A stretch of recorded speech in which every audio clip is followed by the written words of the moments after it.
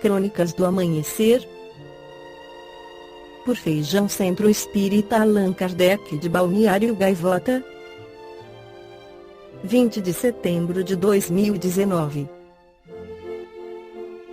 Viagem segura da Revolução Farroupilha intensifica fiscalização de trânsito a partir da madrugada.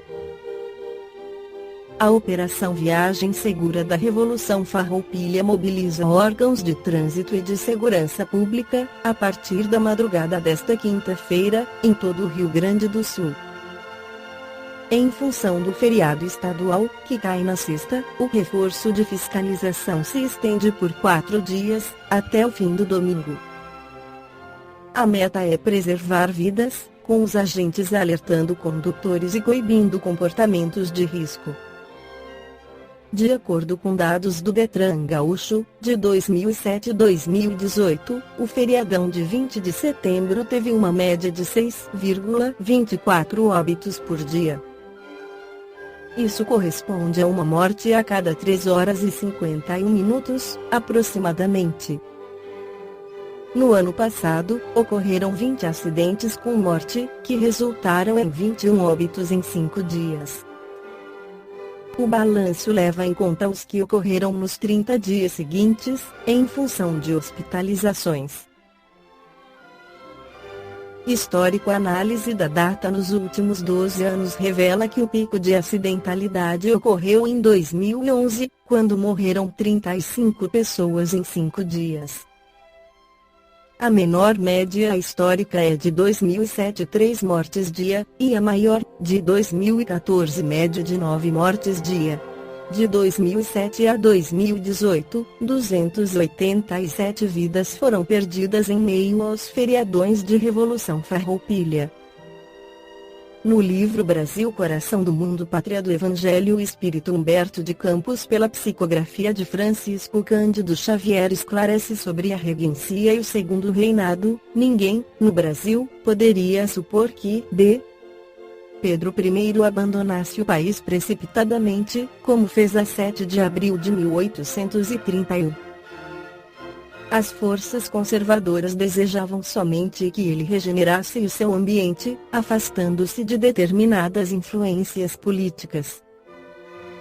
O resultado da inesperada abdicação foi a desordem, que se propagou a todos os recantos, provocando descontentamentos e sedições. Alguns políticos, no entanto, obedecendo à feliz inspiração do mundo invisível, organizaram uma regência que se incumbiu de manter a intangibilidade da ordem e das instituições. Essa regência interina, com imensos sacrifícios, iniciou o seu trabalho de pacificação na Bahia, em Minas e em Pernambuco, onde inúmeros portugueses eram assassinados, sob o pretexto de antigas desforras dos movimentos nativistas. Os distúrbios militares proliferavam em toda parte, exigindo a mais alta cota de sacrifícios e dedicações dos verdadeiros patriotas.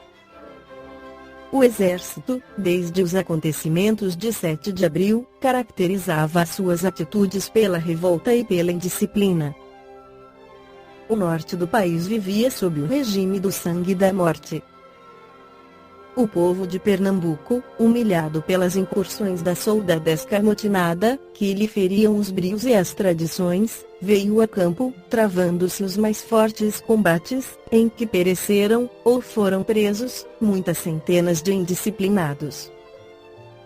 Esses protestos e esses exemplos, todavia, não conseguiram eliminar a luta persistente e pavorosa.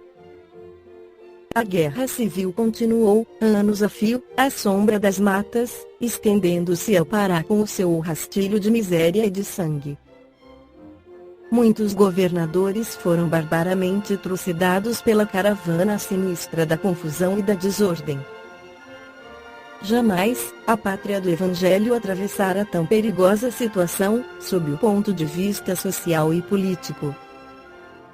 O partidarismo envenenava todos os ambientes com a vasa de suas paixões desenfreadas e, não fossem os mananciais do pensamento e da economia, fixados por Ismael nas regiões do Rio de Janeiro, de São Paulo e Minas, que asseguraram a própria estabilidade nacional, talvez não pudesse o Brasil resistir ao elemento embrutecedor, que suprimiria para sempre a sua unidade territorial. Depois de 4 anos de experimentações e lutas incessantes, a regência é entregue a um dos homens mais enérgicos e prudentes da época, o eclesiástico Diogo Antônio Feijó, que iniciou a sua obra de honestidade e de civismo, sob a direção das falanges esclarecidas do infinito. O grande paulista, porém, não conseguiu permanecer muito tempo à frente do governo.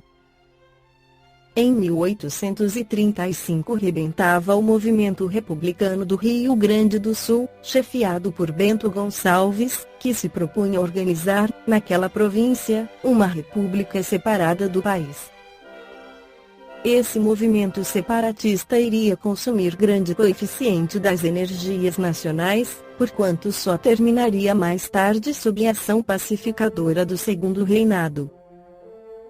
No livro Brasil Mais Além do Ilho, Helena Berni faz uma análise do capítulo do texto acima. Ninguém, no Brasil, poderia supor que Dom Pedro I abandonasse o país precipitadamente, como fez a 7 de abril de 1831. Alguns políticos, no entanto, obedecendo à feliz inspiração do mundo invisível, organizaram uma regência que se incumbiu de manter a intangibilidade da ordem e das instituições.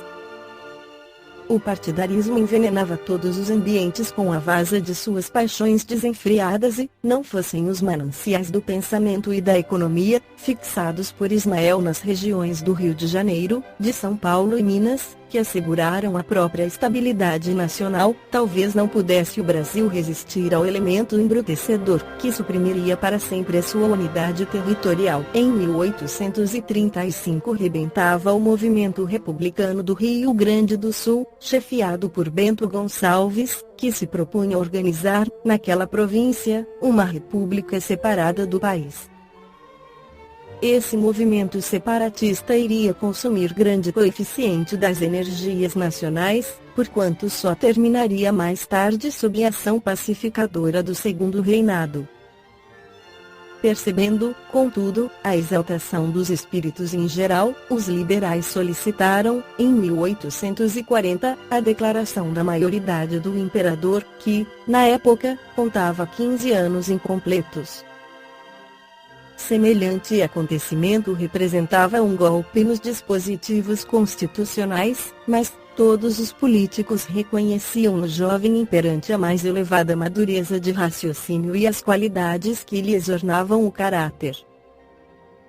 Uma comissão de homens influentes procura no Paço Imperial, obtendo o seu imediato assentimento. Dentro de poucos dias, foi Pedro II declarado maior, por entre as mais sãs esperanças do país e sob a confiança dos mentores do alto, os quais seguiriam de perto a sua trajetória no trono. No ano de 1841, foi coroado o jovem imperador. Não obstante a sua condição de adolescente, Pedro II, assistido pelas numerosas legiões do bem, que o rodeavam no plano invisível, tomava o cetro e a coroa consciente da responsabilidade gravíssima que lhe pesava sobre os ombros. A sua primeira preocupação administrativa foi pacificar o ambiente intoxicado de sedições e rebeldias. Prestigiando Caxias, consegue levantar a bandeira branca da paz nas províncias de São Paulo e Minas, após os desfechos de Venda Grande de Santa Luzia. Daí a algum tempo, com a sua política de moderação e tolerância, consegue estabelecer a tranquilidade geral em todo o Rio Grande do Sul, com anistia plena e com respeito às honras militares de todos os chefes da insurreição. depois dos esgotamentos que o país inteiro fora conduzido pela ação corrosiva dos processos revolucionários, o Brasil ia regenerar suas forças orgânicas dentro de um largo período de paz, no qual as falanges esclarecidas de Ismael, inspirando a generosa autoridade do imperador, argamassariam as bases do pensamento republicano, sobre as ideias de fraternidade e liberdade, a caminho das grandes realizações do porvir. Esta foi a crônica do amanhecer de 20 de setembro de 2019. Por Feijão Centro Espírita Allan Kardec de Balneário Gaivota. Que a paz esteja com todos.